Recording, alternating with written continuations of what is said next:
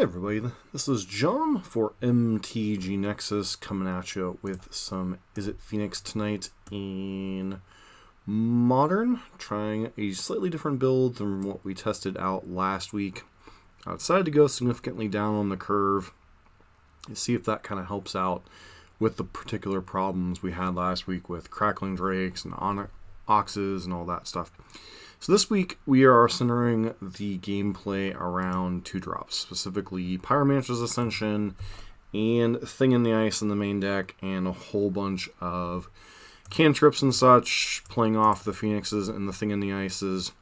Beyond that, you're a little bit light on discard. This time you have 2 Lightning Axes, 4 Izzet Charms, and 1 Chart of Course. We're not doing anything like Haggle, Merchant of the Veil, any of that kind of stuff.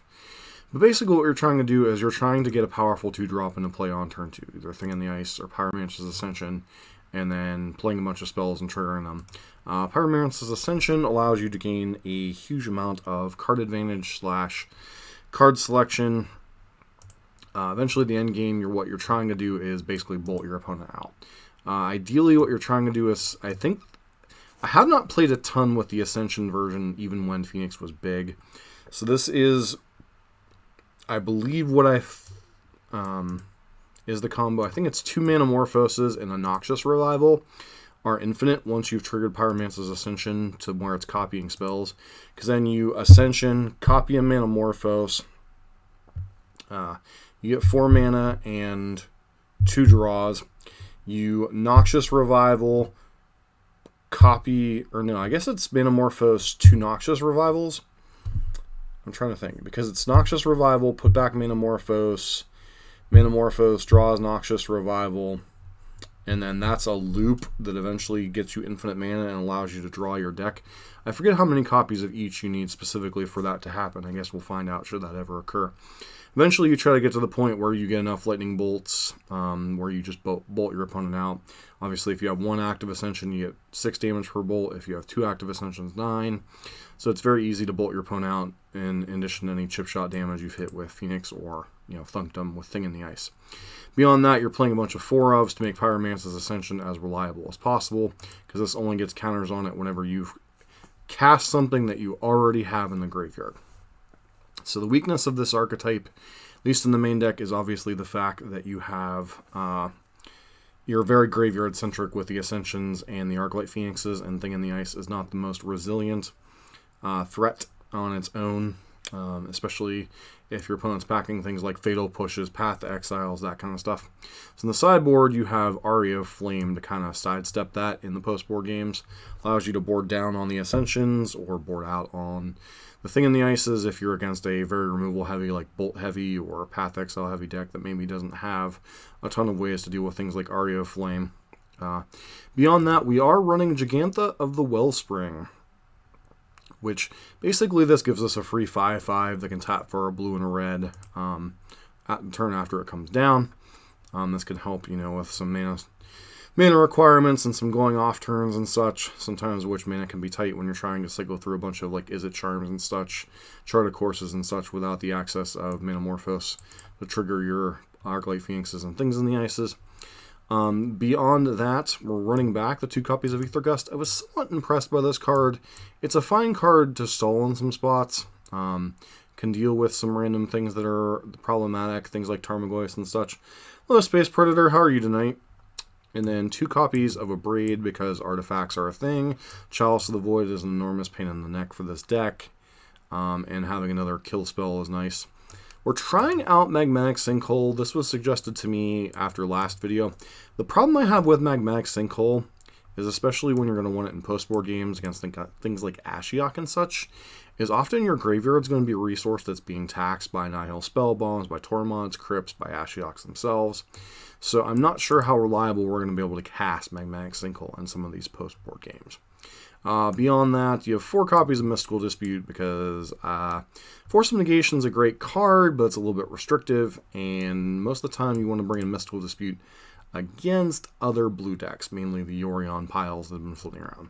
Then 2 copies of Blood Moon. This is a card that was historically very good in the Izzet Phoenix shells.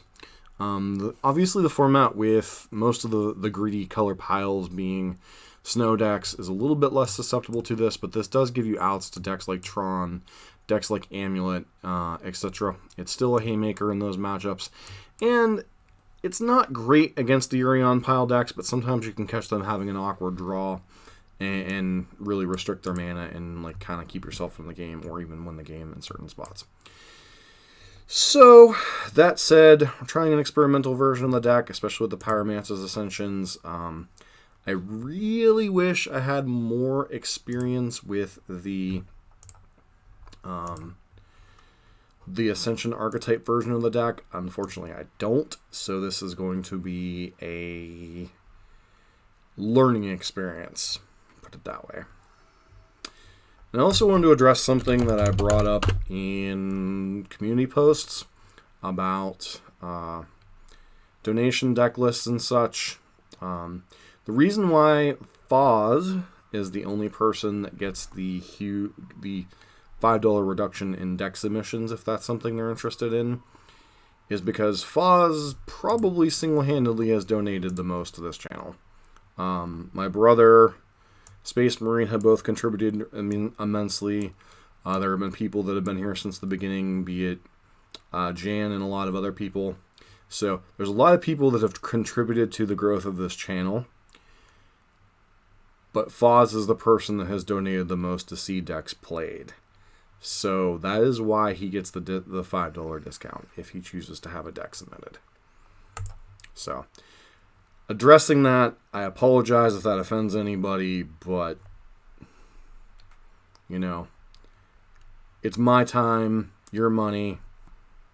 I try to be fair as I can with that situation. So, apologies to everyone. That's kind of the way it is. Giver of Runes. Okay. So, I am primarily looking 2 revivals and a Manmorphose to go infinite. Thank you, Justin.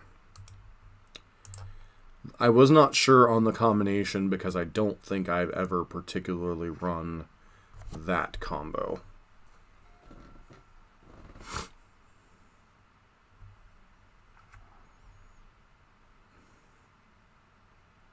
Oh, hammer time.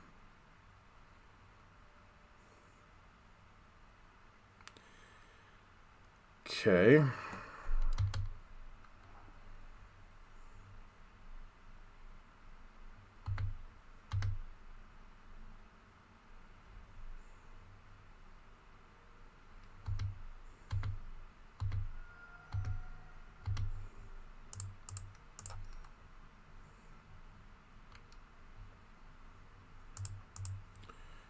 Gonna top a lightning bolt because that just makes sense. Well, so apologize. I have to look up hammer time because I have not played against this deck yet, and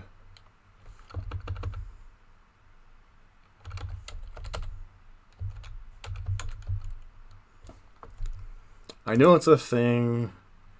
I've not personally played against it yet.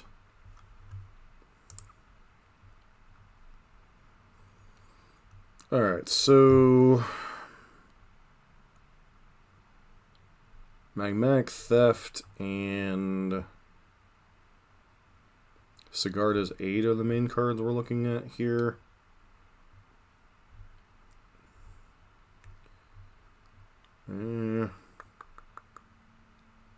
They could have protection spells in their hand.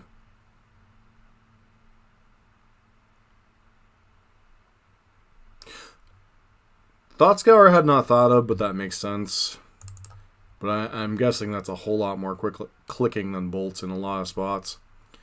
So, because I only have 1 bolt here, I'm going to play Ascension and then just risk dying.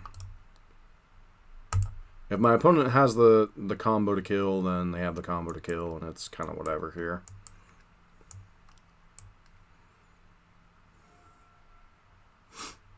Thank you, Justin. That's greatly appreciated. I personally played the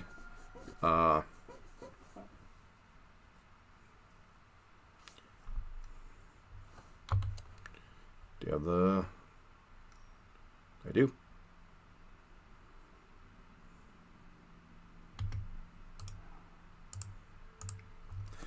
Alright, turn 3, concession. Stop. Hammer time.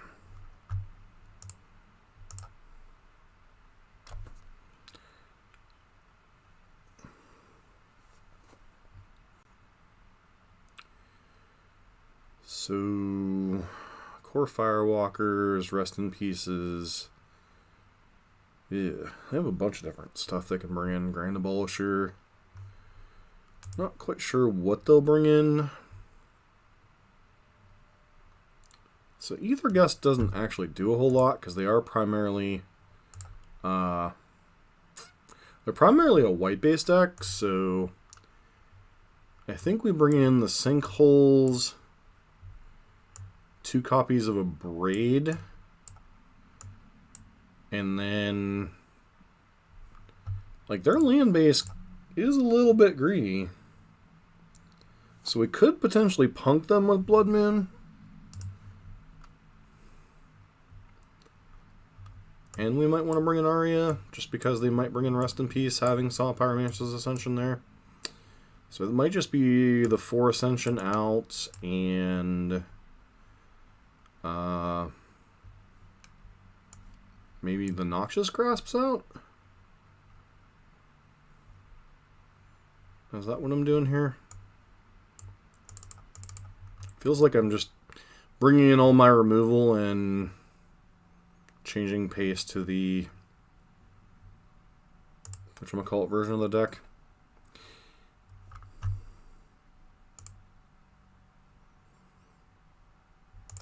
This is definitely a deck that I have never played against, so fun times for all.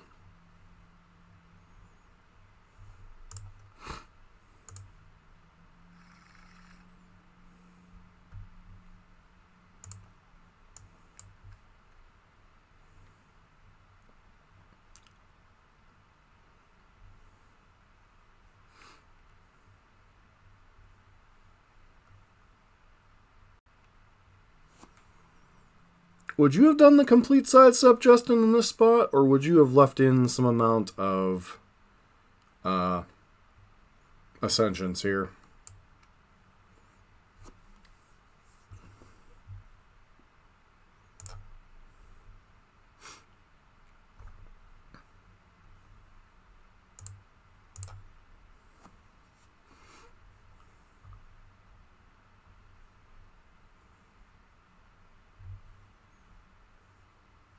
So they've actually played this deck quite a bit, I believe. What's up, Cody? How are you doing? I do believe they've played this deck quite a bit because I think they are the ones that scooped Aspiring Spike into the Pro Tour. So they play this deck a lot and in some high-profile spots. So, well, especially since we showed them Ascension Game 1. You know, there's a chance they could bring in Rest in Peace. Depends on if they feel they're fast enough.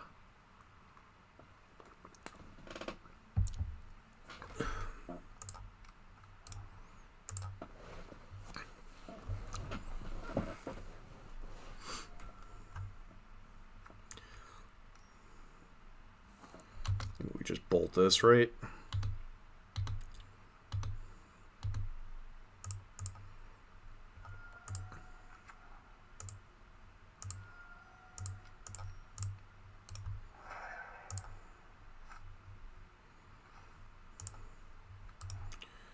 I think we're likely Izzet Charming at end of turn, regardless here. Or either Izzet Charming whatever they play this turn, or Izzet Charming. Yeah, it's really kind of hard to say.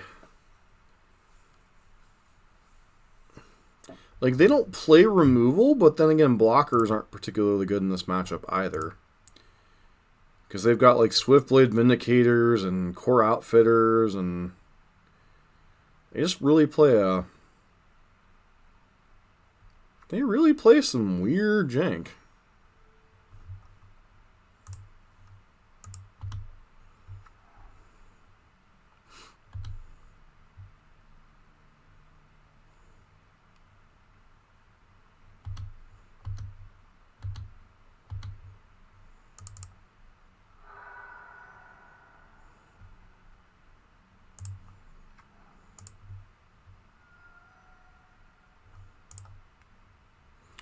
Like, I kill Stoneforge Mystic, but they've already gotten the equipment, so I don't think that particularly matters.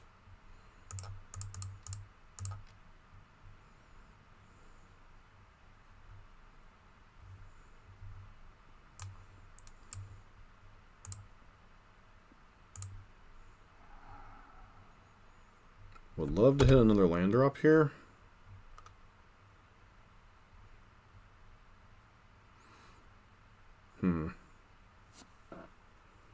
That's annoying.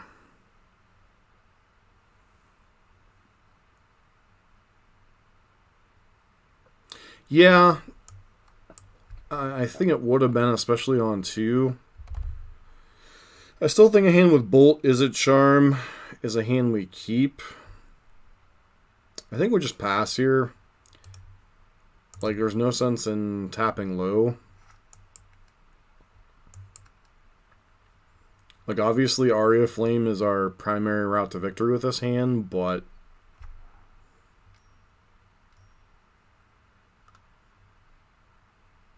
Okay.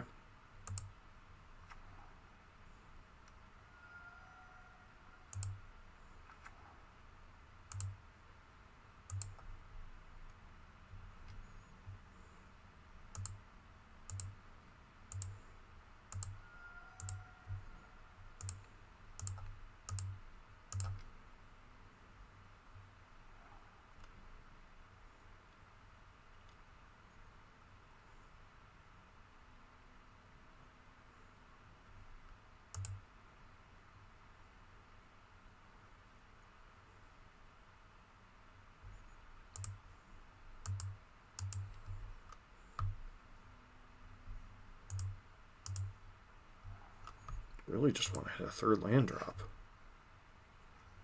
Alright. Ding. Fries are done.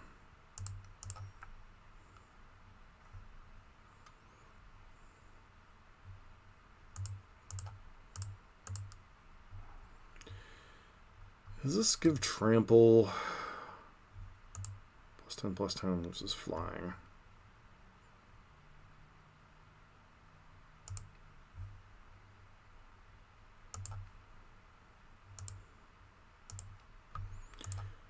Two, 3, 4, 5.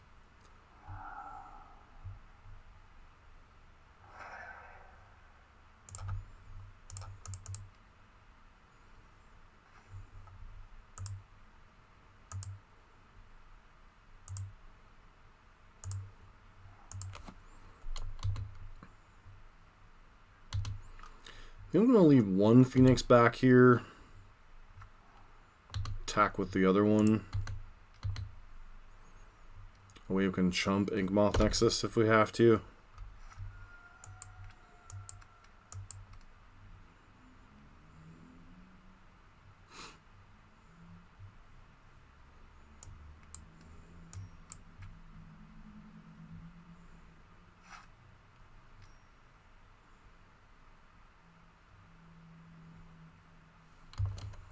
Sure.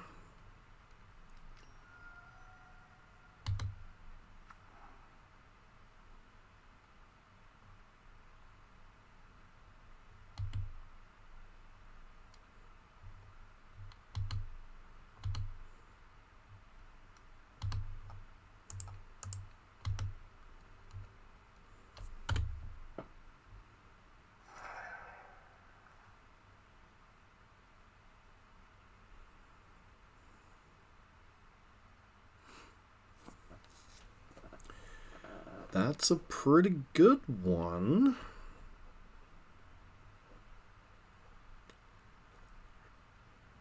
Unfortunately, it means taking down, not being able to cast Thing in the Ice this turn. But I still think that's worth the trade-off.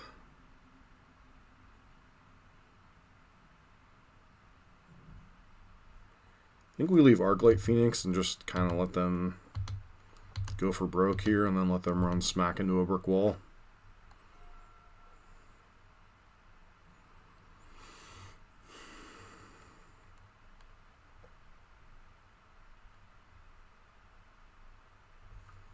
So if I remember correctly, Apostle's Blessing...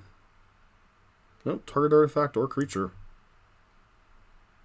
Okay, that's annoying.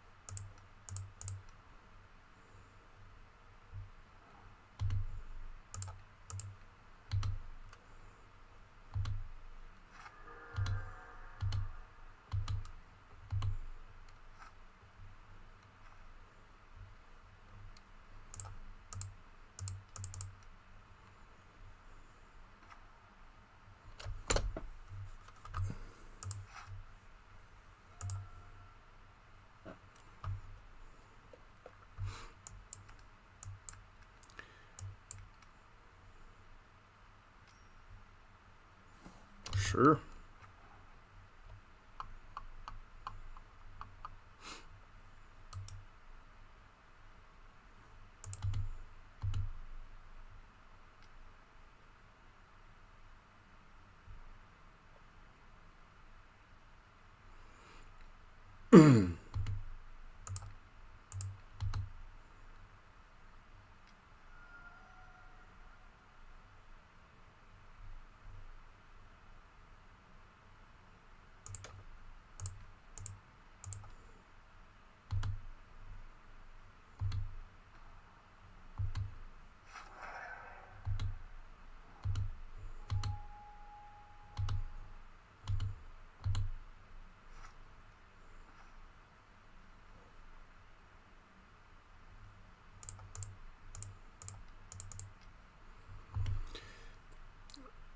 What is my favorite deck in Modern?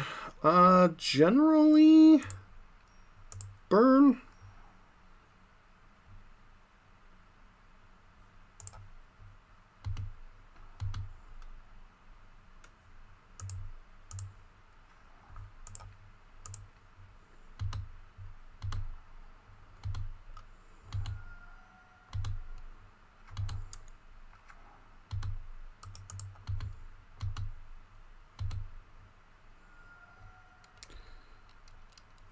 I liked Phoenix when it was good, but ever since the banning of looting, obviously, it's been significantly worse. Alright.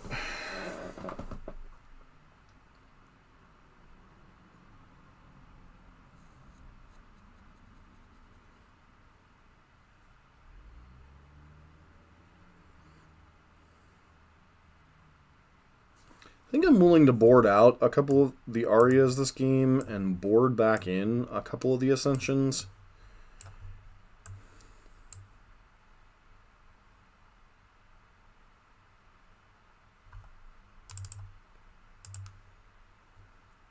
How about yours, Cody? What's your favorite deck?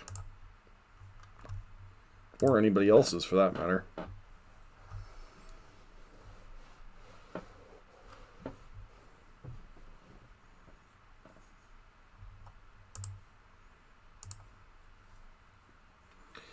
Well, it's Phoenix, sort of.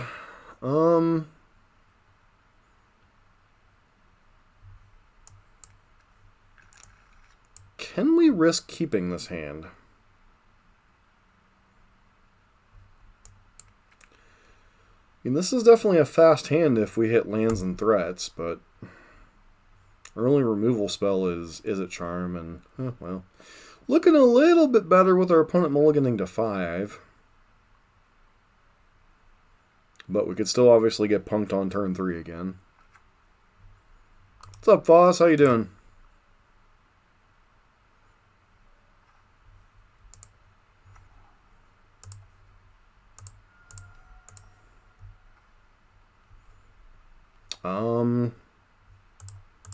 Yes and yes.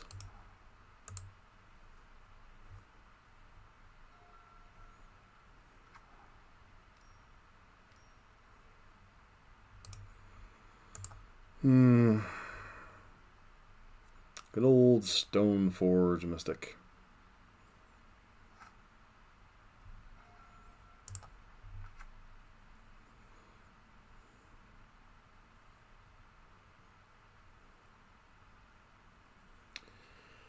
Think we have to pass here. I'm doing alright. I think I might have upset Space Marine earlier, though.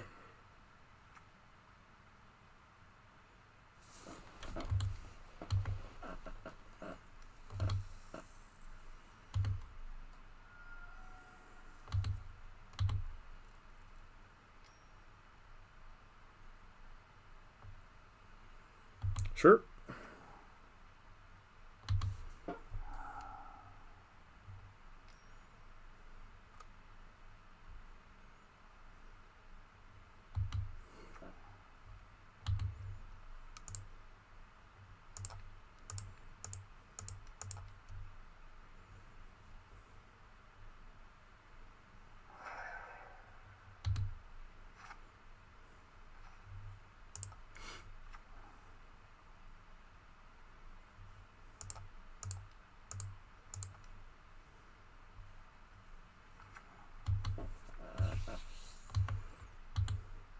So Ascension's a really tricky card to play around.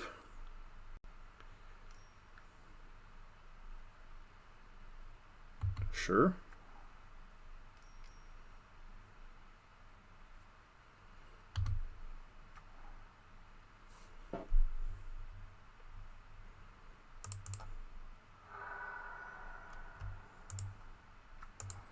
Question is, what am I pitching here?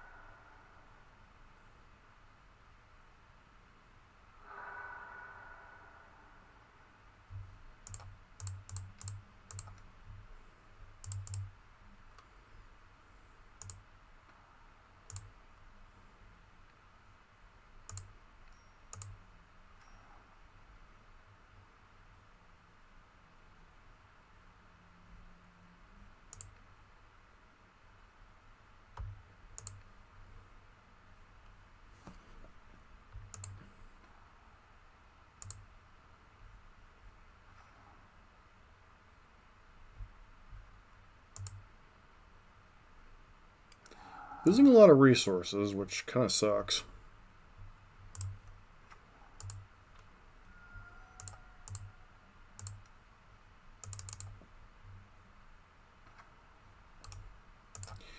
Yeah, we lost a lot of resources, though, which is concerning. Because if they have a way to go for the kill here, we just did put shields down.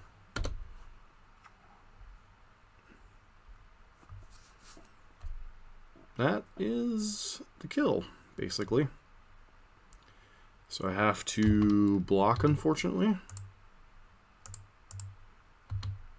And I just click through blocking. Yay!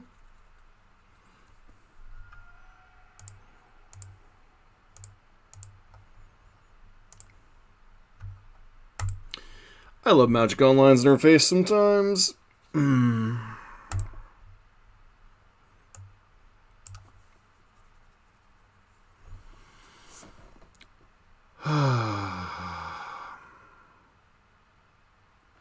Punt number 1. Bum bum bum bum.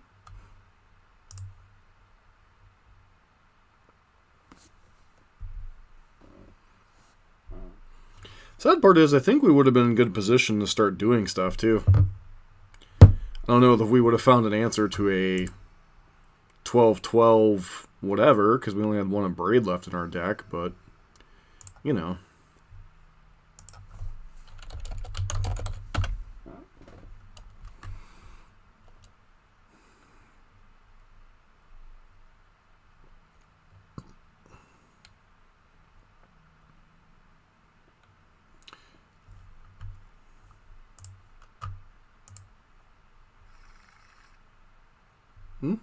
And seems decent.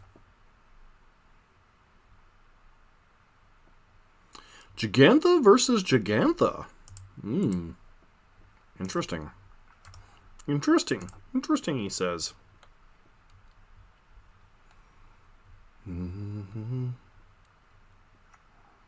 Ah. Well, 'twas a fun game while it lasted.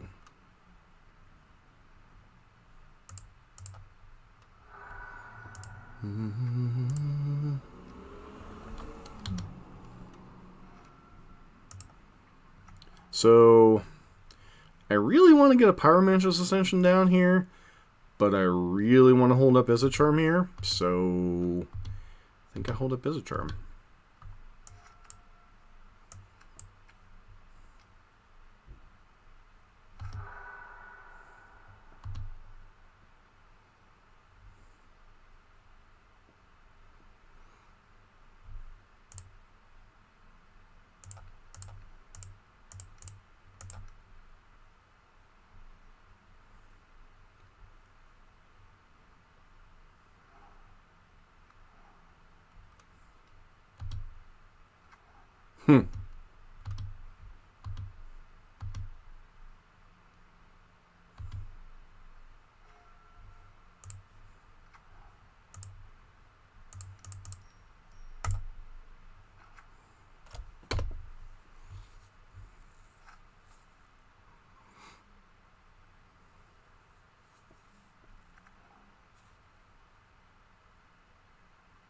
Interesting.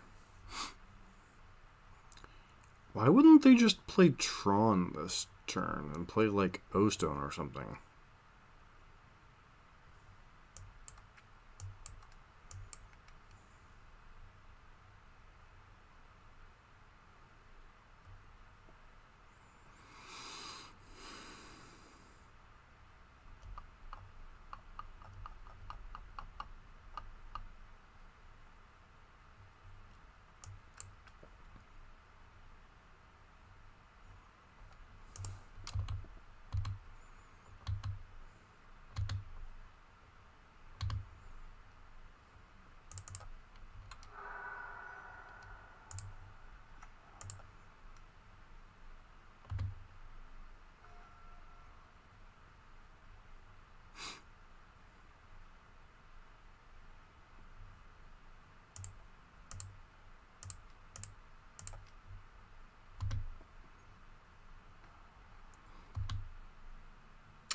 Possibly.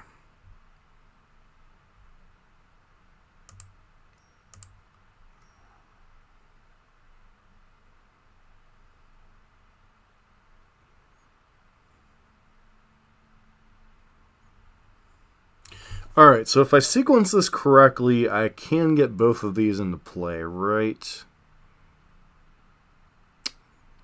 Guess it depends on if our opponent has a bolt. So, put that back on top.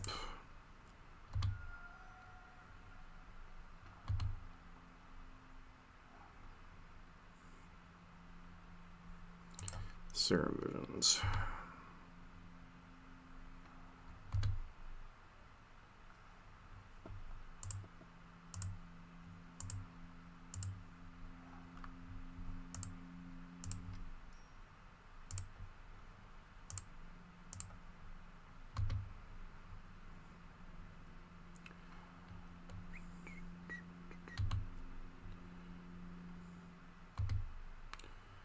So red, blue,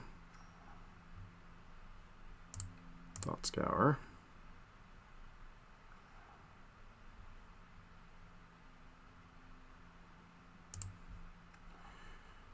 Well,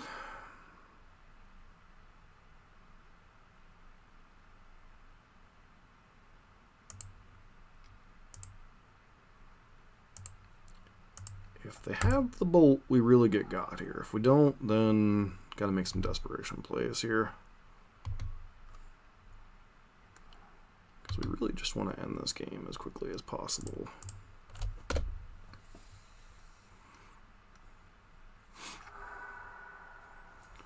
Hope they don't have a payoff that matters. That's not very likely out of a Tron deck, but, you know.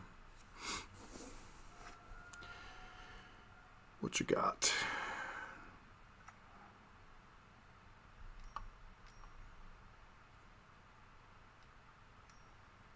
That looks like a Nugan. It is, in fact, a Nugan. Fun magic for everyone.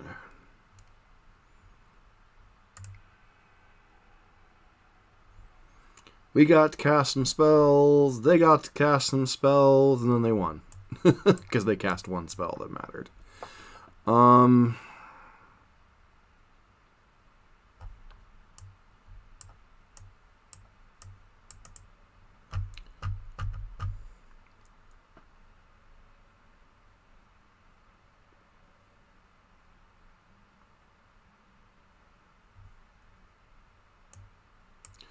Lightning axes are largely garbage.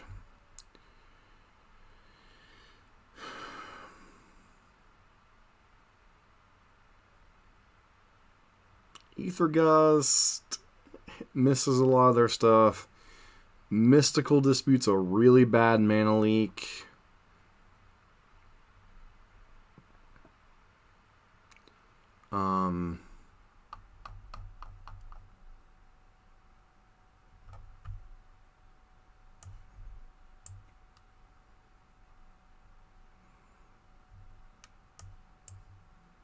Go like that. I don't really think we can try to win with Aria Flame in this matchup.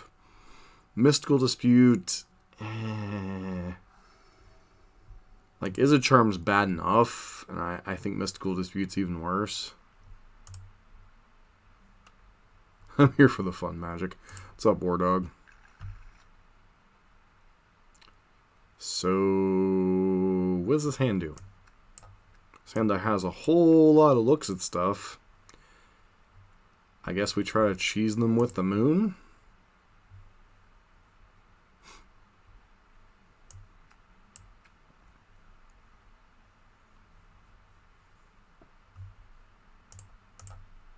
Yeah, I set up a chance to be in a game last match and then punted it away by misclicking through Moto stuff.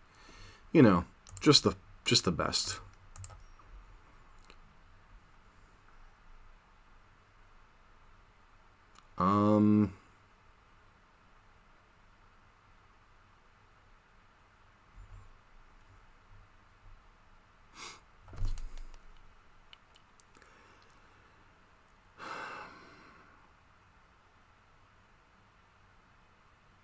Are we just setting up for a turn 3 flip thing in the ice and hope?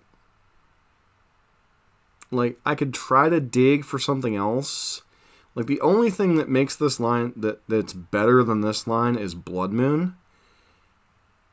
And I'm not sure with only 2 in the 60 that it's really worth trying to set that up.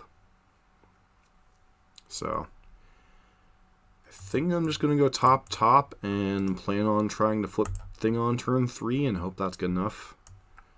Because Noxious Revival guarantees a flip.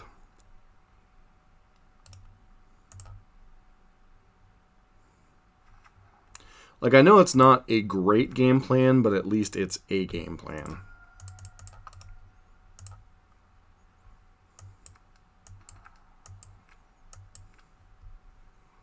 Like, it's a turn 4 kill.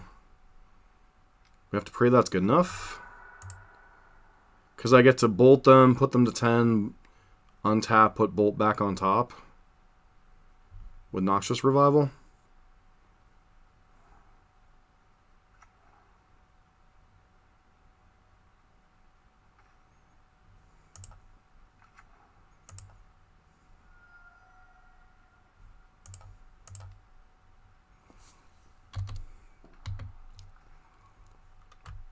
Does Izzet Charm change the equation?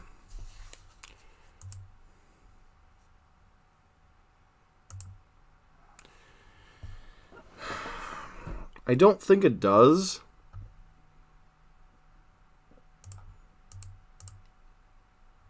Because I think if they have Tron, we're in some trouble anyway. So, hello, my friend.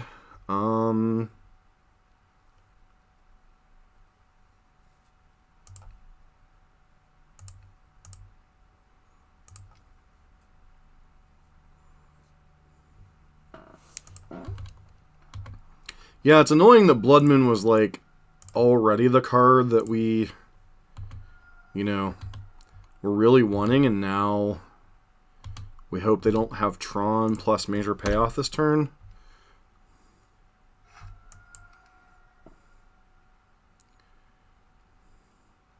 Okay, they don't have Tron.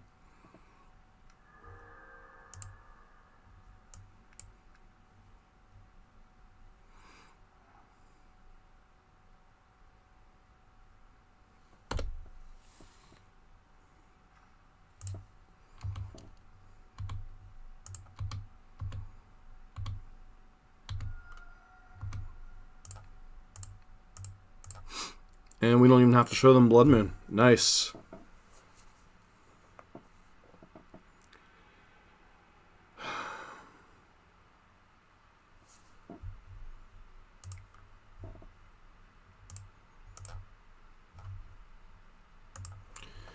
So did this game plan change on the draw?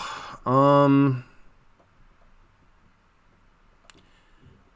think once again, if they hit turn 3 Tron, we're in trouble anyway. So do we have anything that plays around that? Sinkhole can answer Planeswalkers, but once they have Tron, it really doesn't matter anyway. Aria Flame can sidestep Graveyard Hate, but once again, turn 3 is really slow in this matchup. Mystical Dispute would be even worse on the draw. I think it's just jam this and pray that they have a slightly awkward draw again.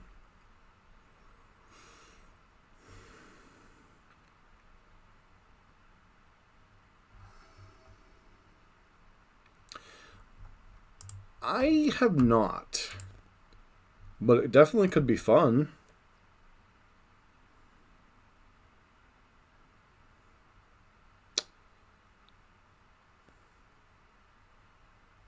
What does this hand do? Especially, what does this hand do against a 7-card...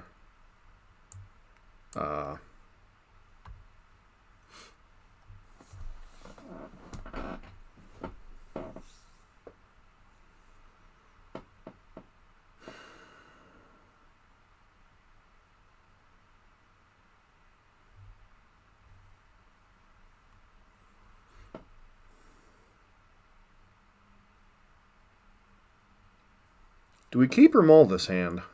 Like, legitimately, I don't know.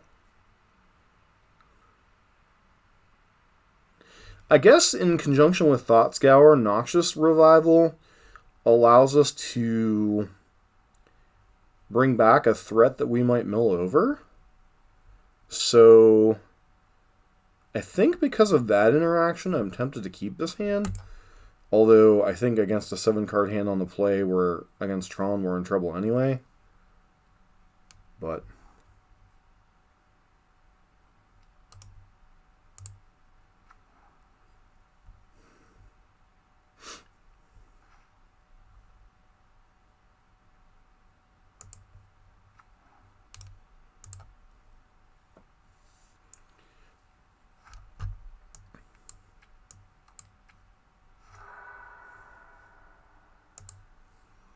like, what we would love to see is, like... Okay, well, you know. That's a thing, I guess.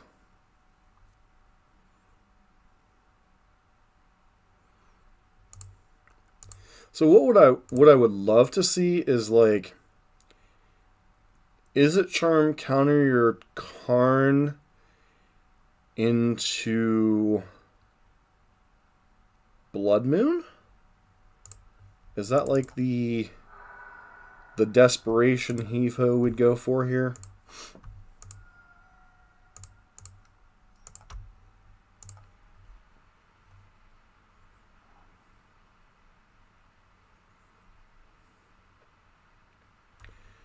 Don't think there's anything here we'd want to bring back. Alright, Arclight at least gives us something to do should we not have anything to Izzet Charm this turn.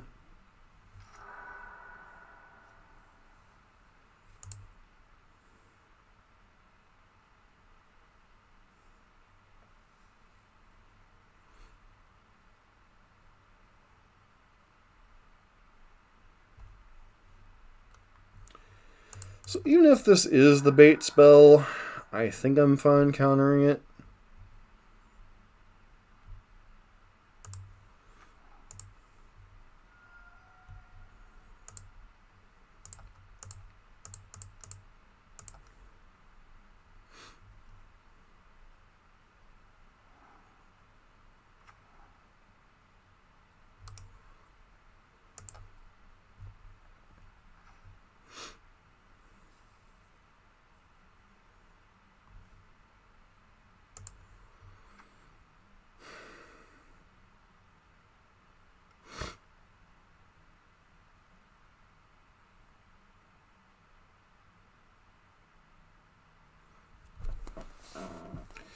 So the question is do I get a clock going here?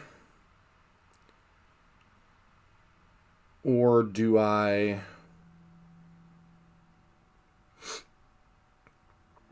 try to hold up Izzet Charm one more turn?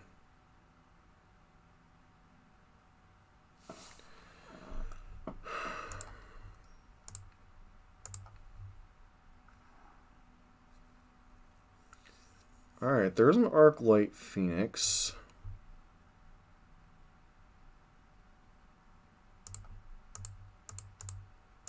This is a gamble.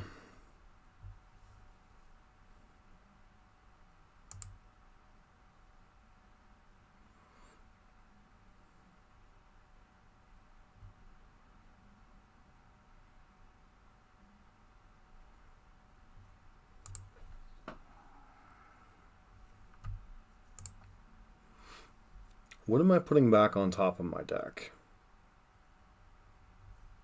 Izzet Charm, I guess?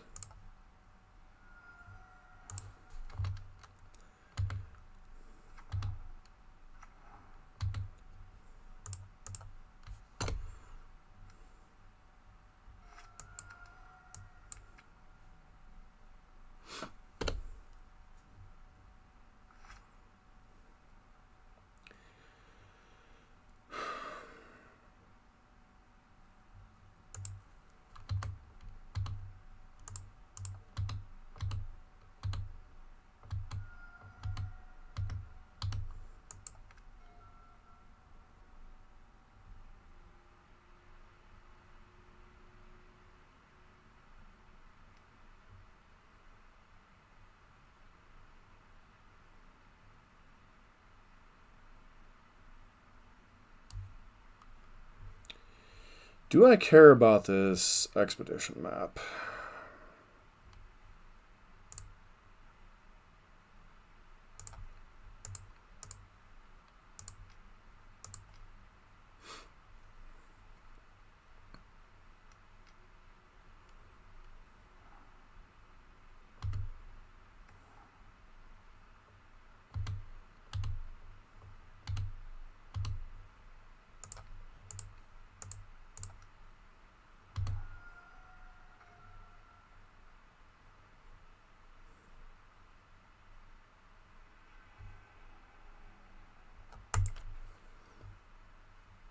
Wowzers.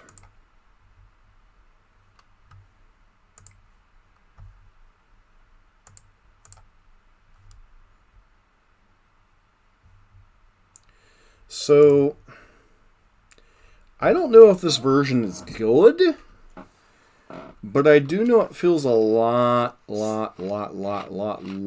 cleaner than that pile we played last week.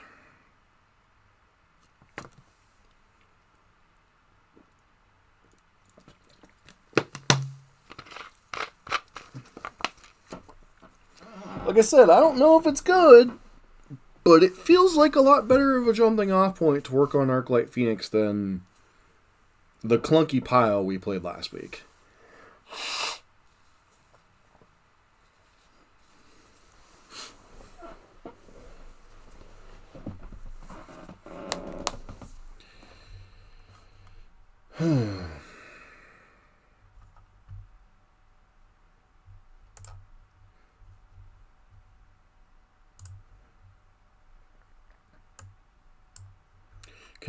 Can we pour one out to my buddy Izzet Charm here?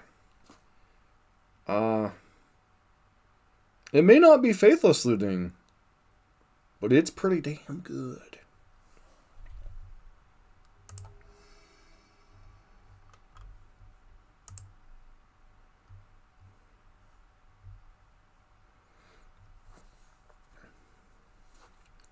This actually feels like a deck instead of a pile.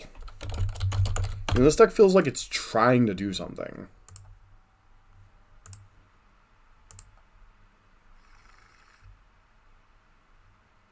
Except when it draws no lands. You win some, you lose some. Sounds pretty good. I mean, we have both of our 2-mana payoffs. We have some cantrips. And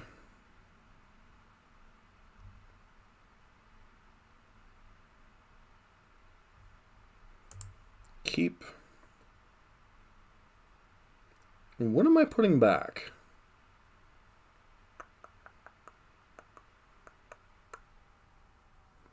Is it greedy to put back a land here?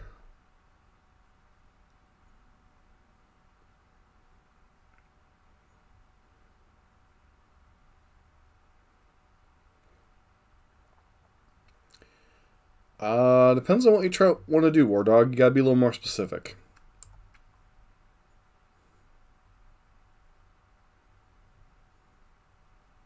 Is it greedy to put back a land?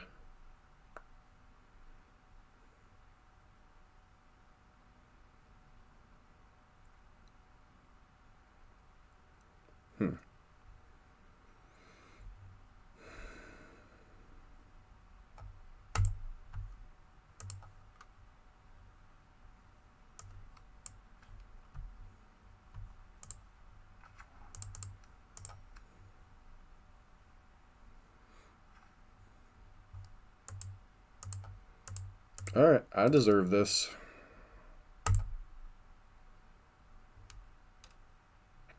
I should have kept the fetch land, notably.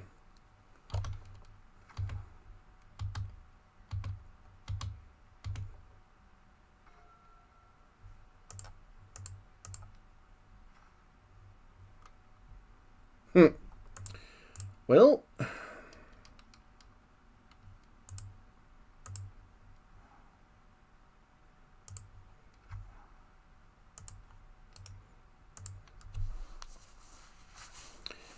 I think I actually should have bottomed that other Ascension. Wow. Noble Hierarch Biz Eats.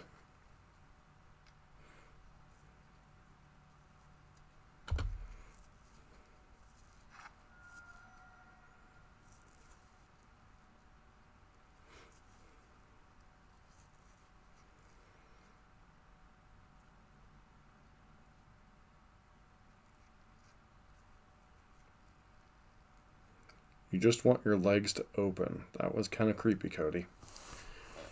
I think this is probably more of a thing in the ice matchup.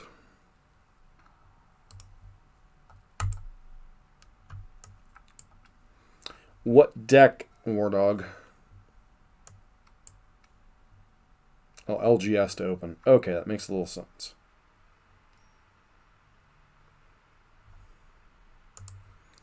I have no idea what's going on here. Devotion?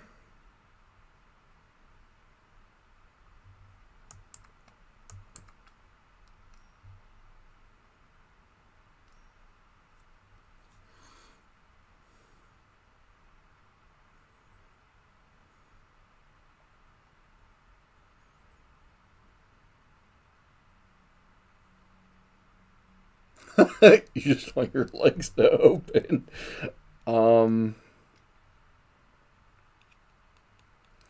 If you want to know how much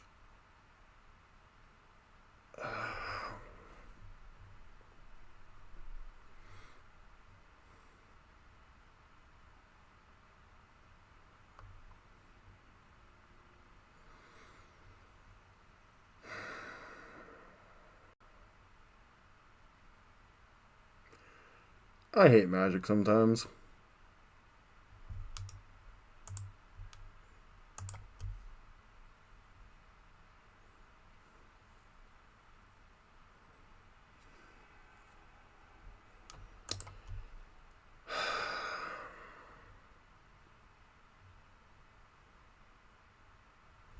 Mono green pile of stuff.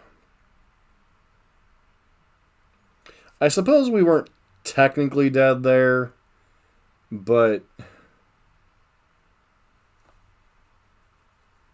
yeah, MTG Goldfish is your best.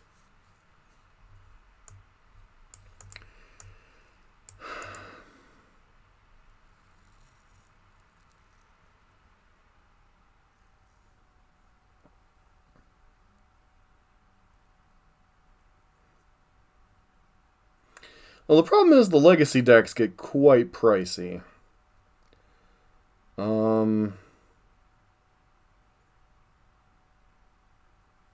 So our opponent didn't see anything other than... Like, I really don't have enough information to operate on what my opponent's trying to do. So I guess I'm going to go like this and click submit.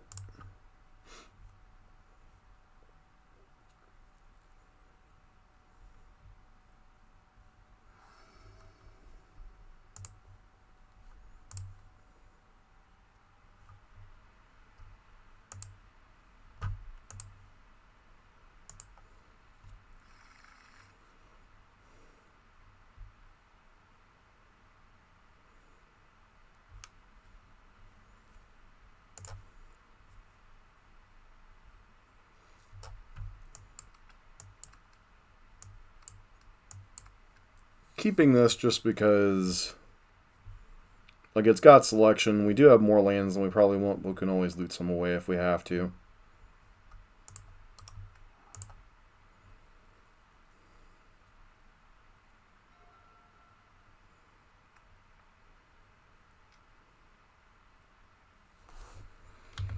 That's probably getting Izzet Charm next turn. Wizards doesn't. Wizards has absolutely nothing to do with...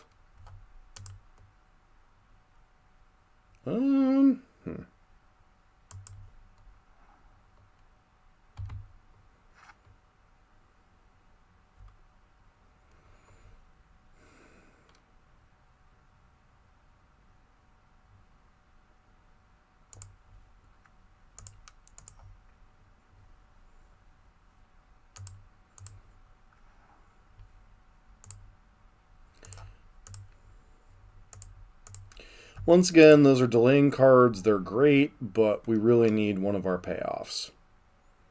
We need a...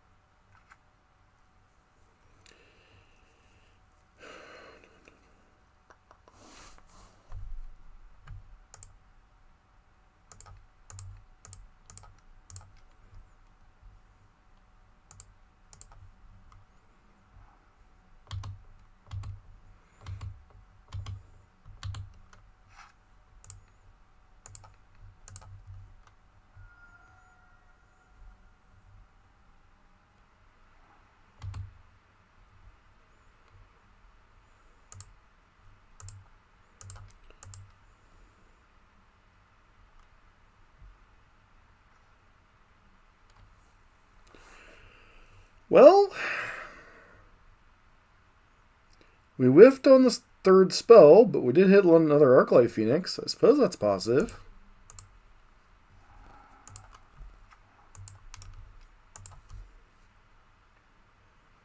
Demand mainly.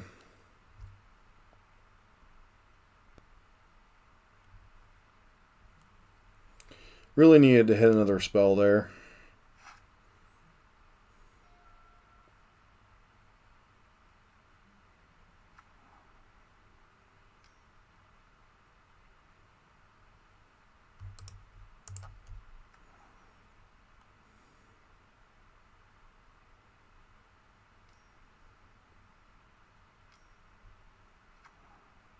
And they have another Trinisphere.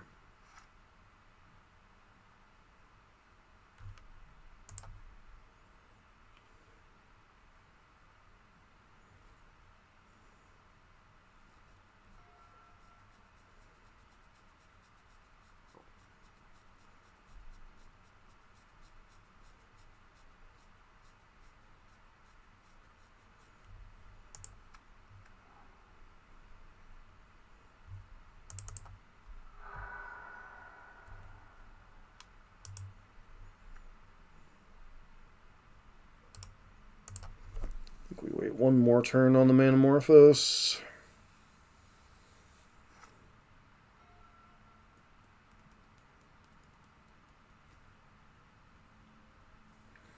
So if you only want to play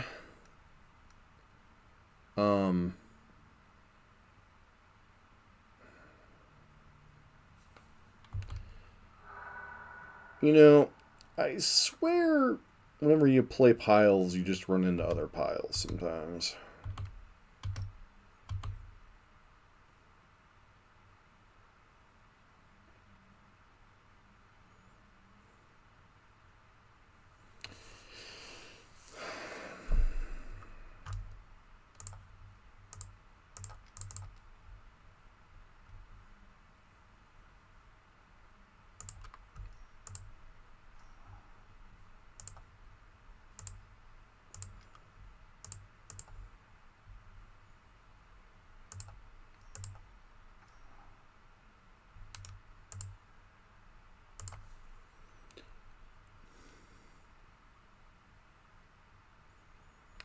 Well, I guess I should have been prepared for the Trinisphere out of the mono green land destruction deck.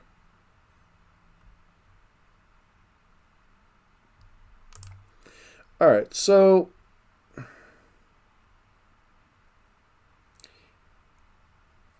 it honestly depends on what you want to get out of it. There are 2 options, 3 options, and it all comes down to how much money you want to put into it. So, if you're only going to play on occasion, and you want to play relatively inexpensive decks, there are cheaper rental services on Mana Traders. I think there's one for like 30 some bucks a month that allows you to borrow like up to $300 worth of cards or something. There are Card Hoarder has a weekly rental rate for one deck only, so you can't swap out decks in that given week, but you can play that one deck for that one rate for the whole week. So you can look into those 2 possibilities, and otherwise you're going to be looking at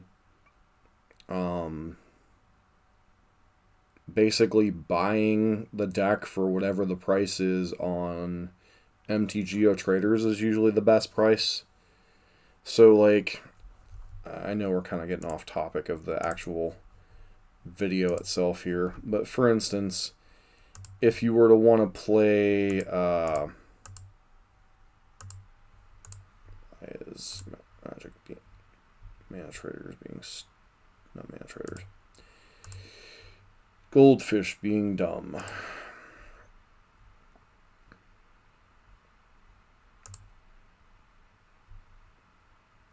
So, for instance, the Mishra's Bauble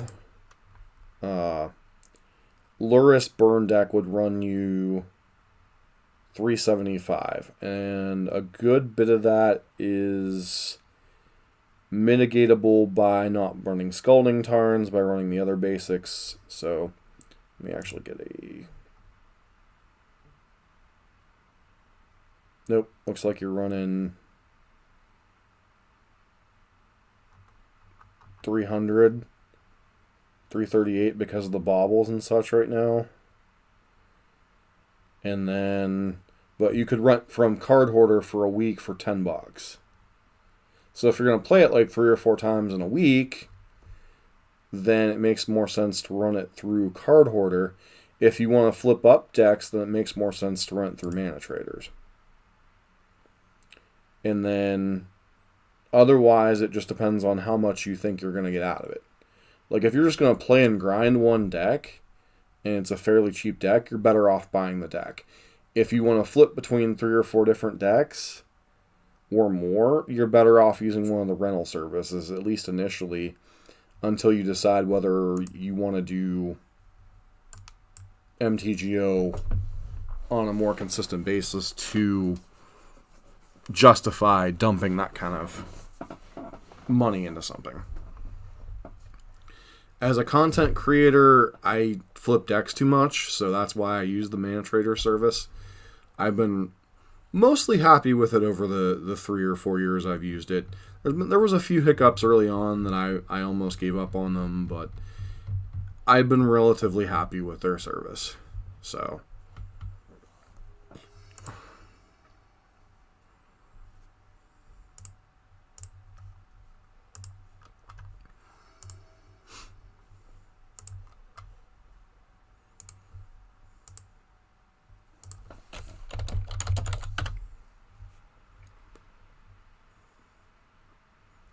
it clearly has a Yorion deck, and we have no lands.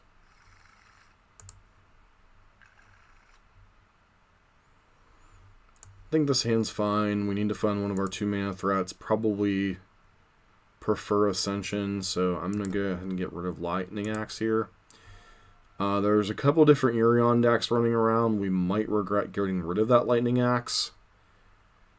If it's the Urza deck, we might regret it, but if it's either the Scape Shift one or the normal like Bant or whatchamacallit piles, then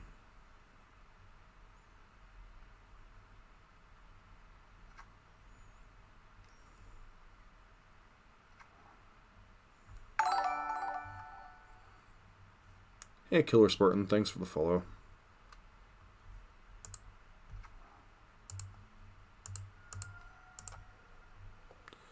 Using this to dig deep because we need to find one of our 2 mana payoffs.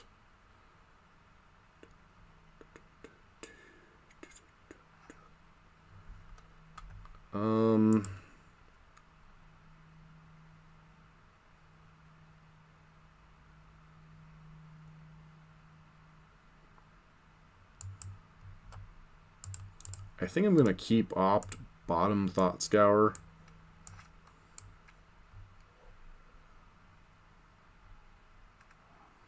Well, is your LGS store closed permanently or just temporarily?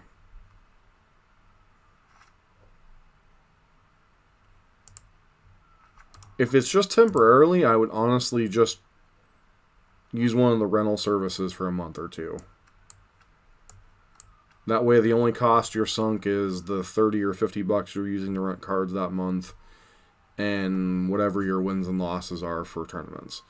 The average leagues cost you $10 to play, which is 5 matches. And if you go 3-2 or better, you get your prize back, plus a little bit more.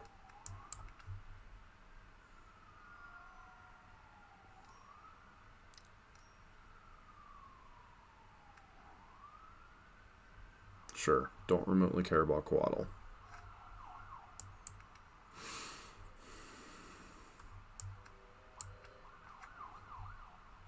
If they Teferi us, I'm going to be very unhappy, but, you know.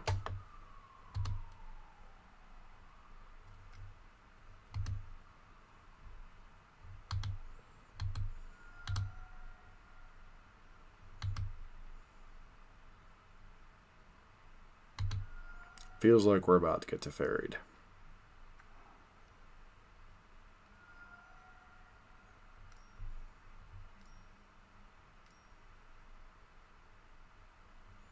Okay, so they're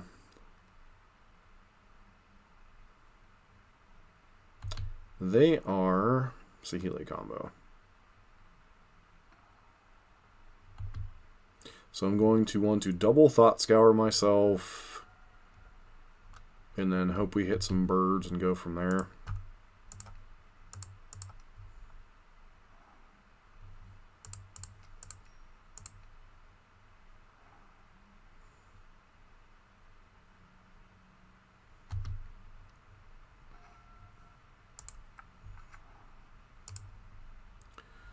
So I guess we're on the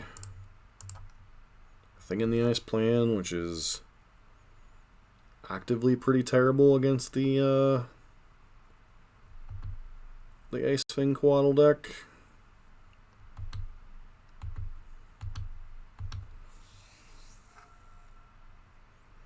Got to hold up Bolt here just in case they have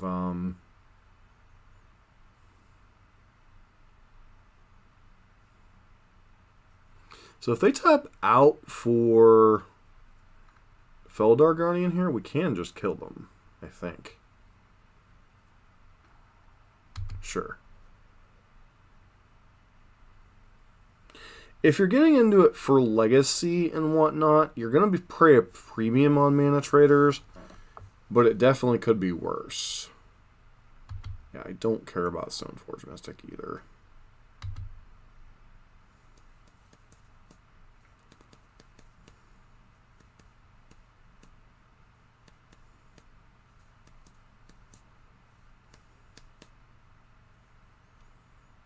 Batterskull.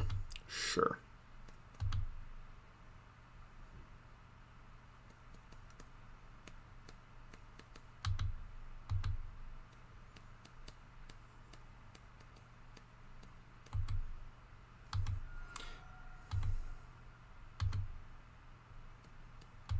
I think I'm just going to opt at the end of turn and see what it shows me here.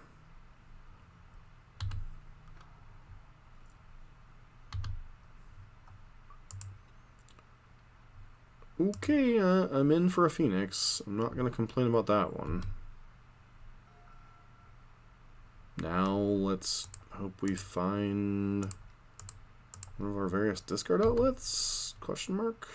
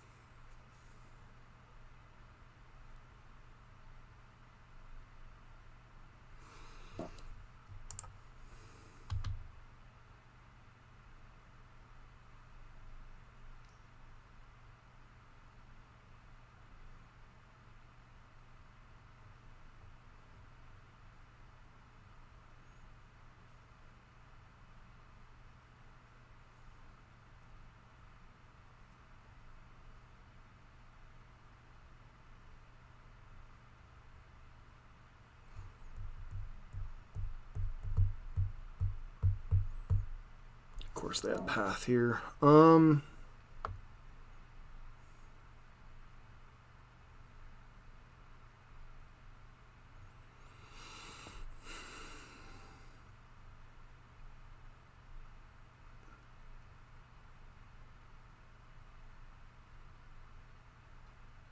for a feather, in for a phoenix. Terrible puns.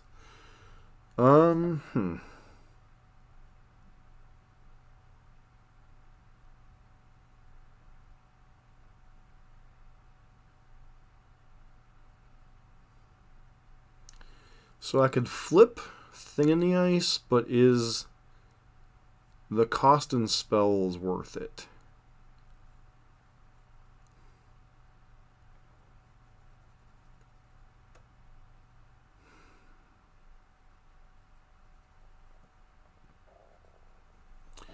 I guess if I Noxious Revival back a Manamorphose,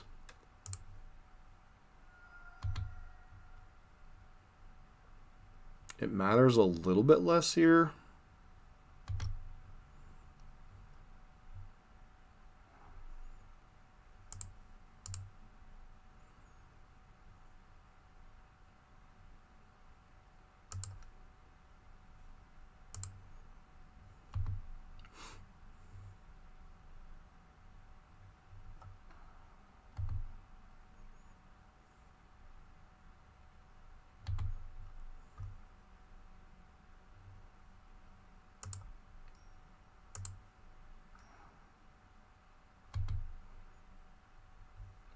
Let this happen. Yes.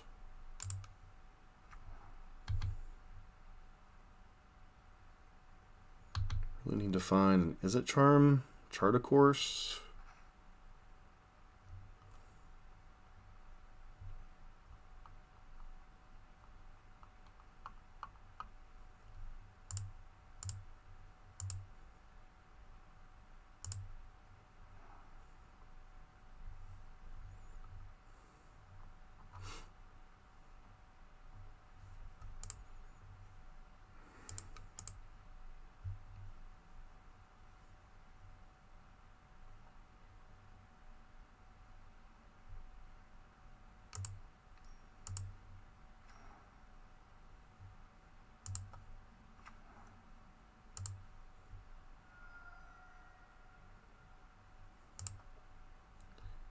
One more blind hit.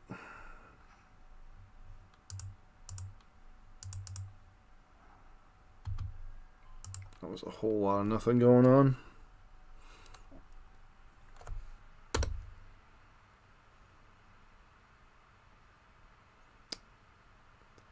Feather Phoenix? I don't know about that. Seems like a bit of a stretch.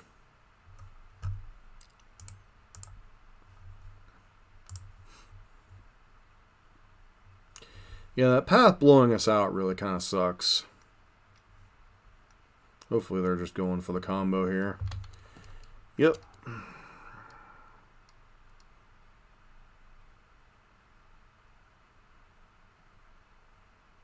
Sure.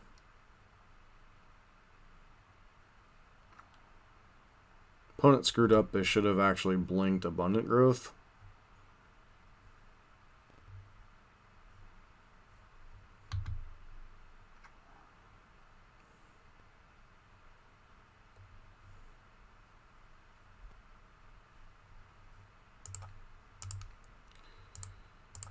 Alright.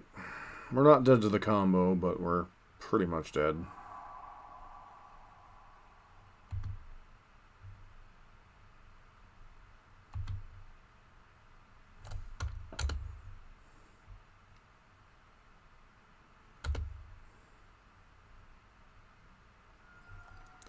We have a Manamorphose and kind of have to hope to get lucky.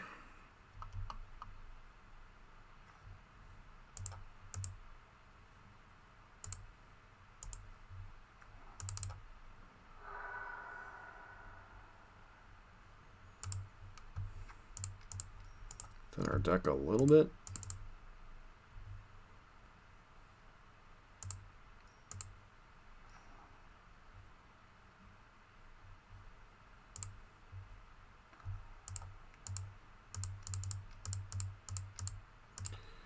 Go to plan D and start casting Arclight Phoenixes.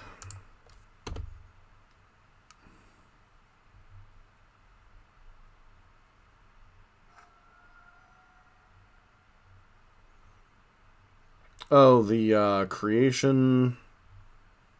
I haven't seen anybody attempt. I know Saffron Olive has attempted to do stuff with it. I didn't actually get a chance to watch the videos yet.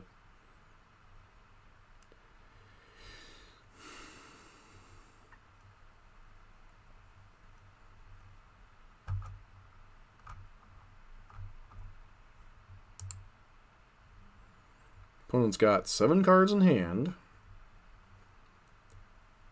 We know Batterskull, Coatl, and Stoneforge Mystic, as well as Urion Boy here waiting in the wings.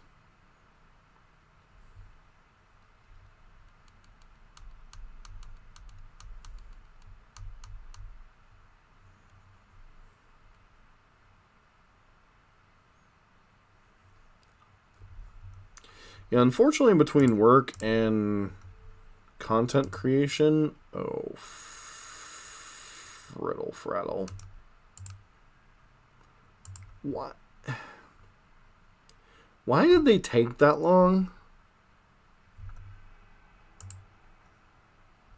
Like, that was a really long tank for, I have my combo that kills you in hand.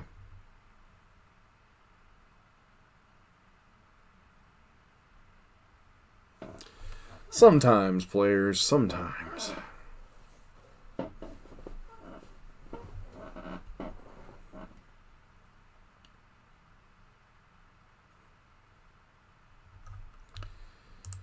Alright, let's take a look at Felidar Guardian combo. Kitty Cat 4-color.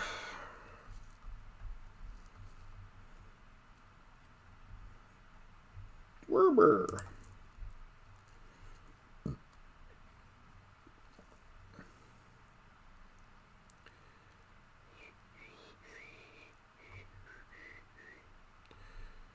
So they're running Oath of Kaya?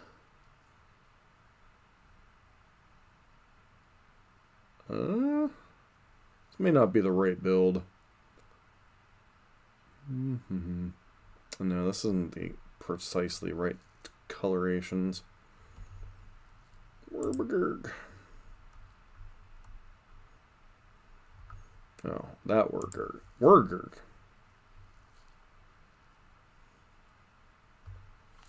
Alright, so we probably want some number of mystical disputes. Blood moons seem okay, but not great. Magmax sinkholes. Probably can go down. So, they don't seem to have a ton of anti-graveyard measures other than Ashiok. We cut that.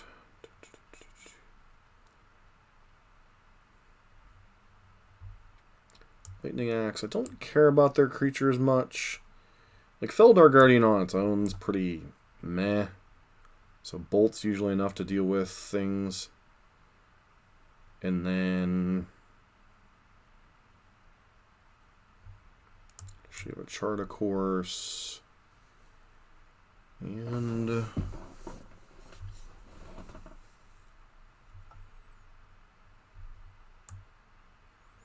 might actually be a thing in the Ice Out matchup. Just rely on Ascension and other stuff to get there. Basically turn into an Ascension control deck. Frattle.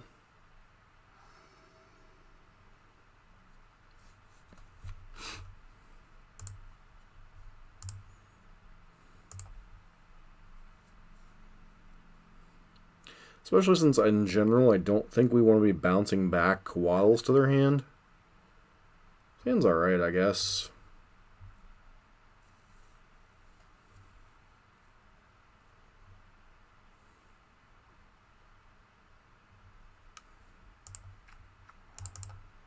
Which basic island and Serum Visions. See what we can find. Well, there's an Arclight Phoenix.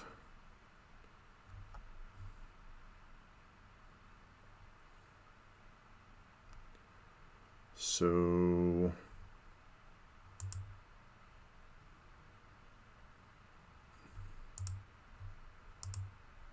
top. Reminding ourselves that we want to Thought Scour before we Serum Visions next turn.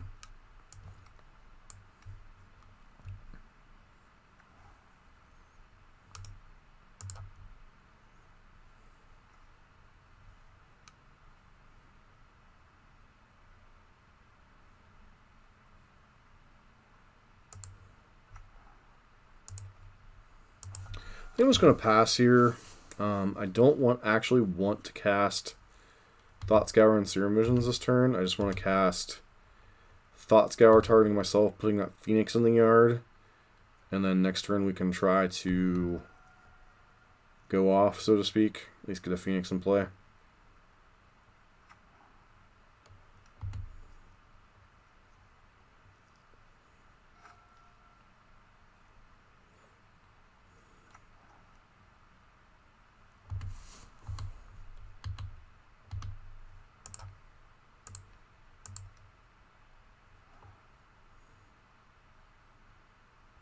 That's the card we actually wanted to draw.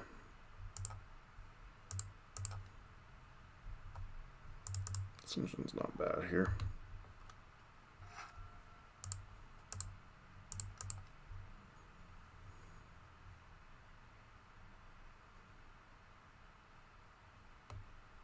This forces them to likely have Force of Negation.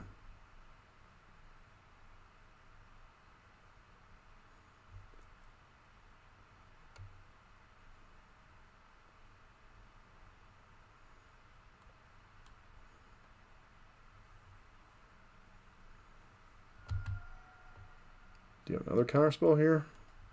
Maybe Ether Gust? Okay, looks like you have a counter of some kind.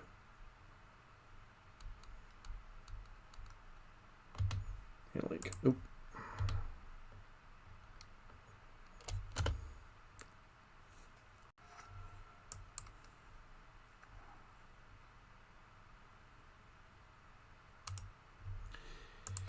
Yeah, it would have been nice if we had it on turn 2 there.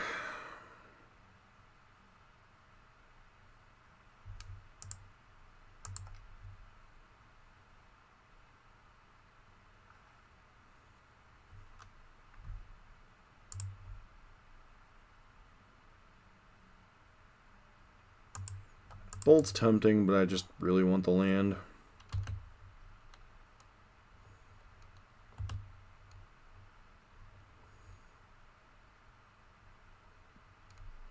I think this turn.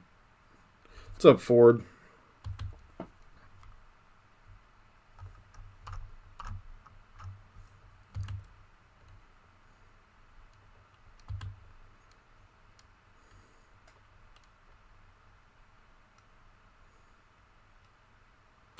Yeah, I don't care about Ace Fang. I legitimately could care less about that card.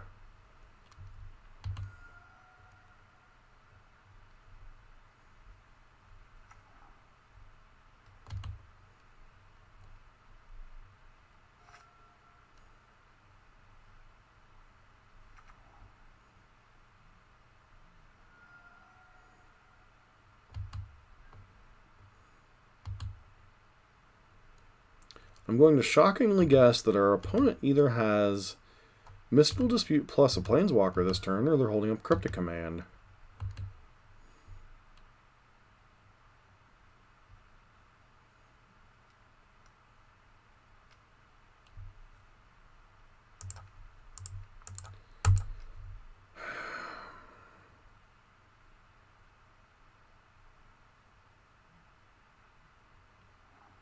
Okay, I'm glad that worked.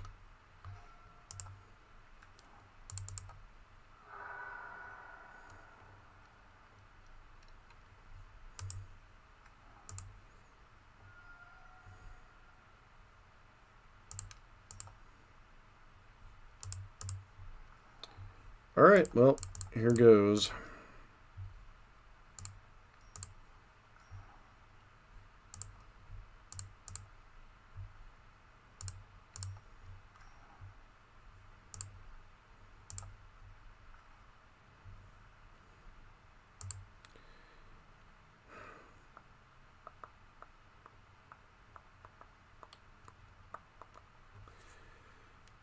What am I throwing away here?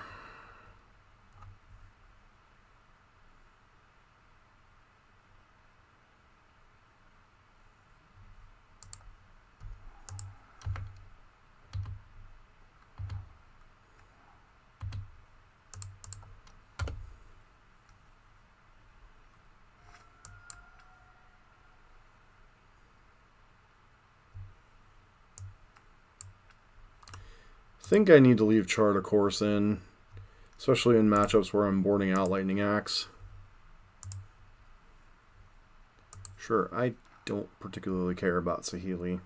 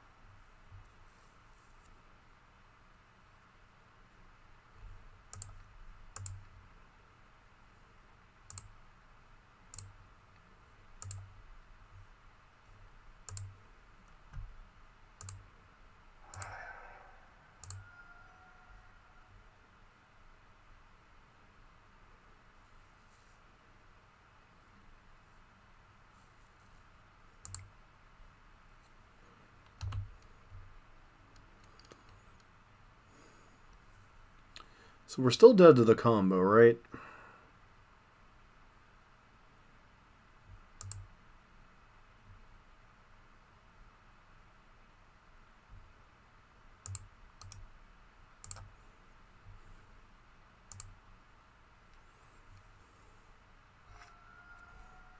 Got the combo?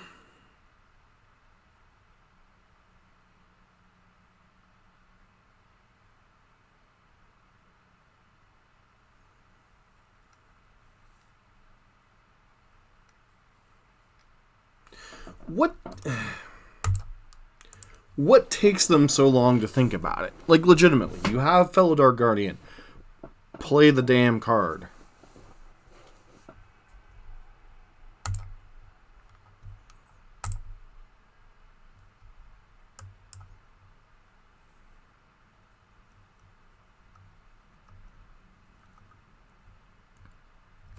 I screwed up. I should have double bolted Saheeli. That way, or bolted Saheeli, bolted Coatl, attack Saheeli. So, I screwed up, misplayed. That's a game we should have won.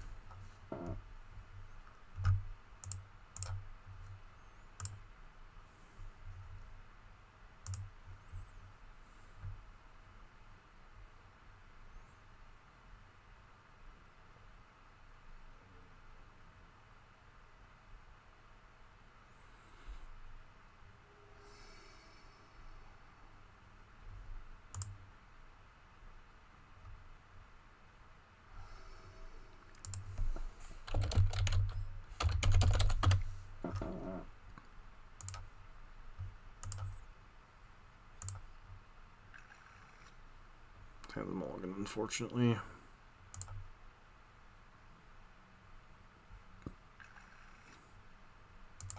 Can keep this hand. I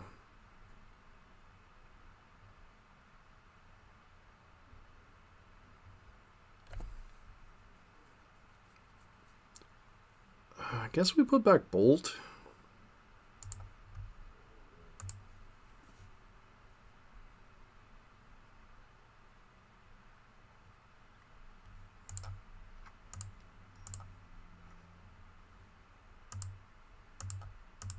Obviously looking for a land here. Tentacle Sanctum, go.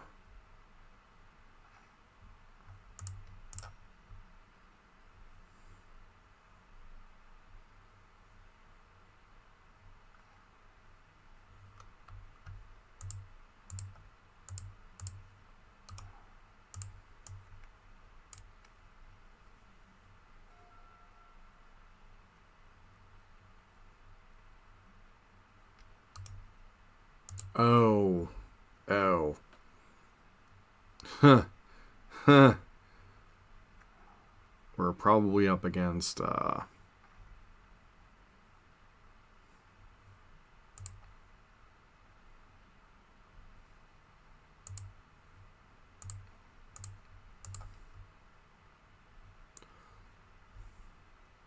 Neoform combo.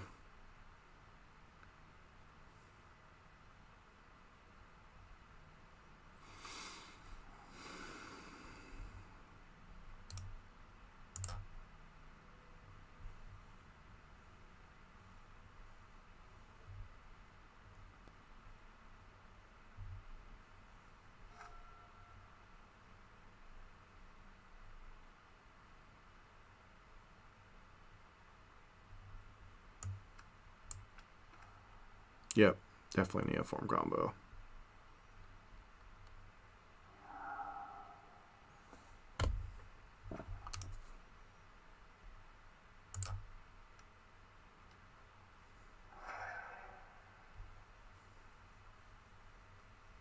Apparently they were waiting until they had Veil of Summer back up.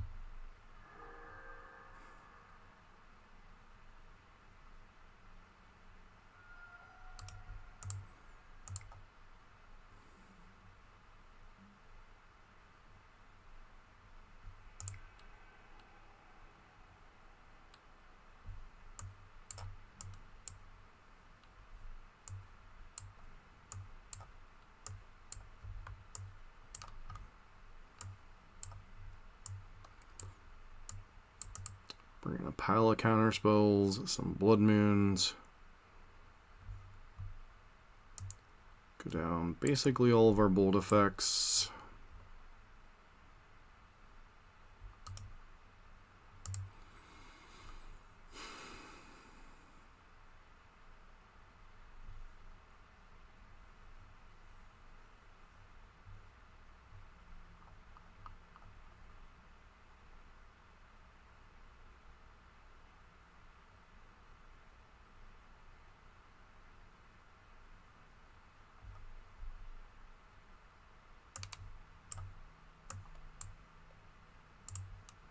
Go like that.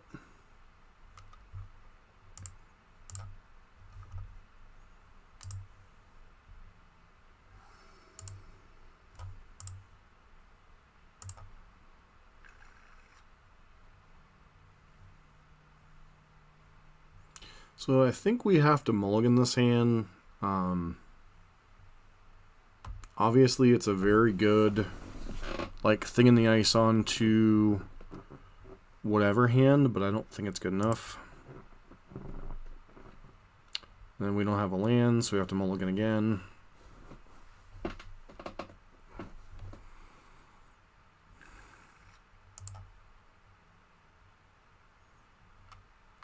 Sounds okay for a 5-card hand, I suppose.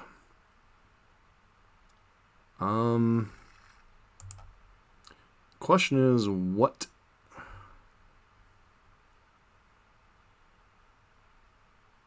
Izzet Phoenix, Pyromancer's Ascension.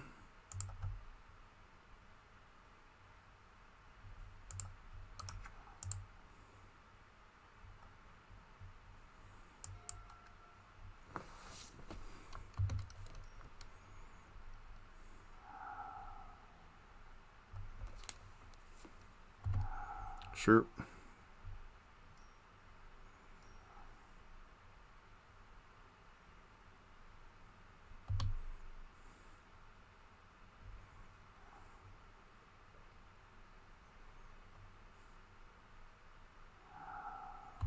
Sure.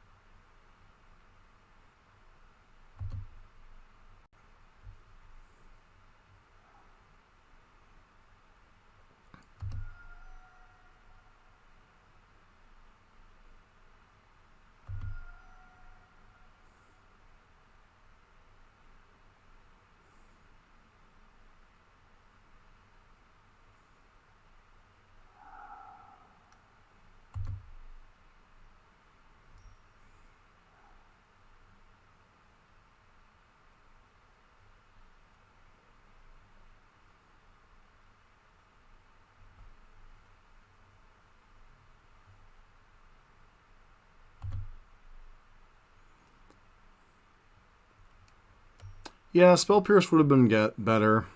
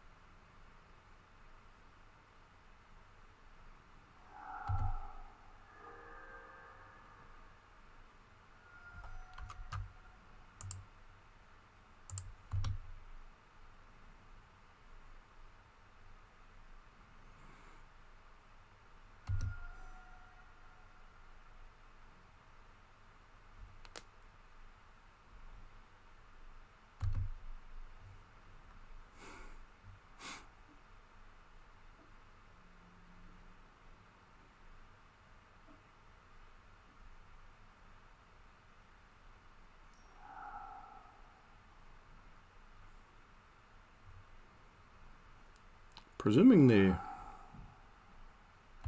Sure.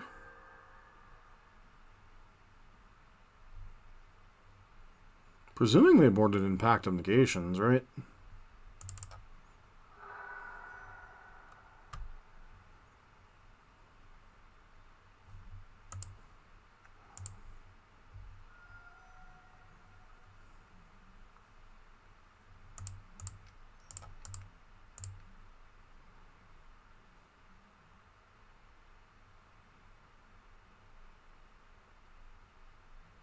Apparently they didn't.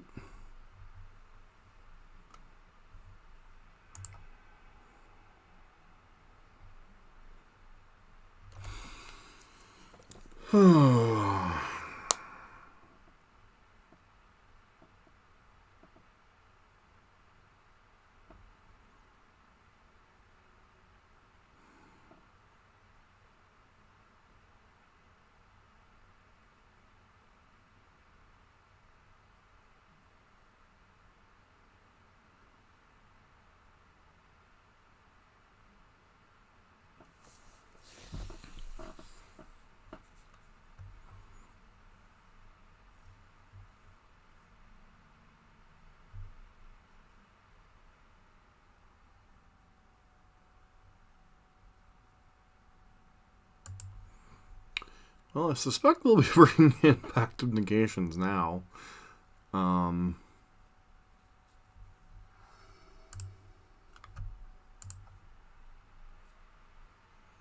Yeah, Sand's okay if we don't die on turn 1 or 2.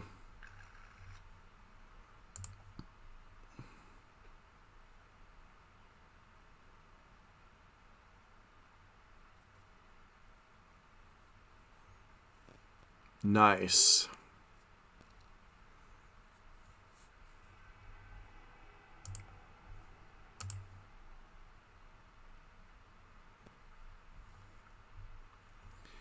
Nice, nice, nice.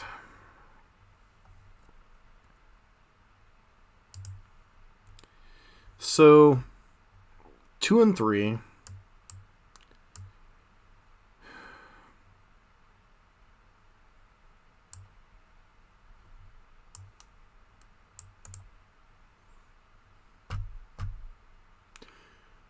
What is my thought process here?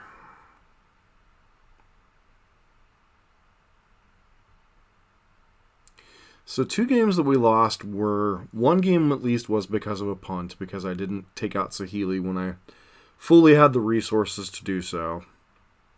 So we lost a Feldar Guardian untap combo.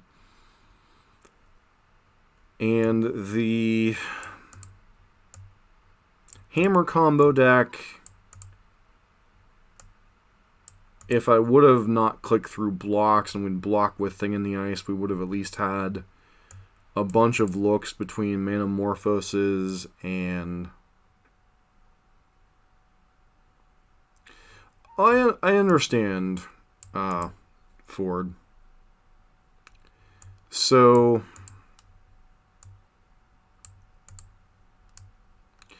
my thought process is that this version, despite its vulnerability to graveyard hate,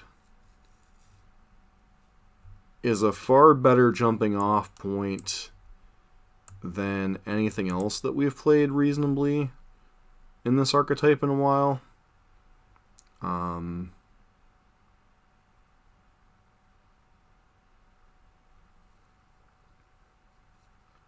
We could easily have pushed Saheeli combo to a game 3, and who knows what happens then.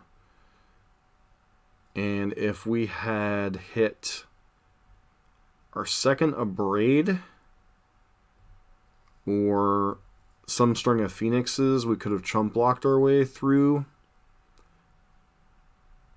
the Hammer Time deck for a turn or two.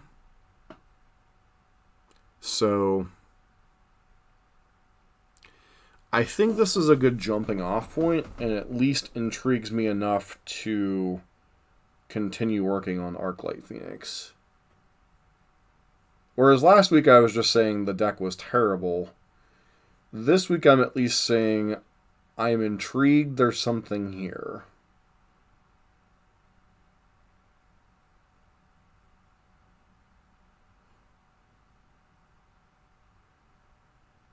I don't know if it's good.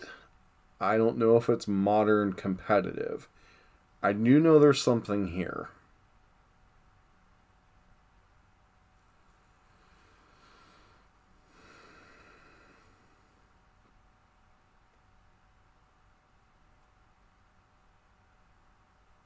Like, I don't specifically have something about the details. I think the 4 Ascension, the 4 Thing in the Ice, the 4 Arclight Phoenix, Noxious Revival was amazing. Izzet Charm was amazing. Thing in the Ice, Once again, we really haven't run into too many matchups where Thing in the Ice is good. So, I mean, it was the MVP of that Tron matchup in terms of just a huge smashing clock in game number 2. But beyond that, Thing didn't really get a chance to shine. It could have done reasonably well against that mono green land destruction deck if I'd hit it a turn sooner. So,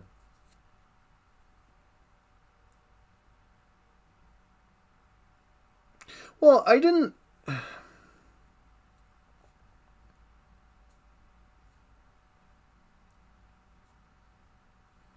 How do I put this? I didn't pick Arclight Phoenix up. Maybe... I don't know. It's kind of hard to say on that one.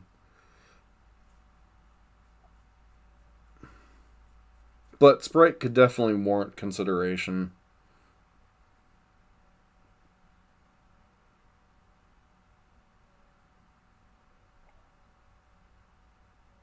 Well, like I said, War Dog, I didn't pick it back up to think it would be super competitive, at least not right away.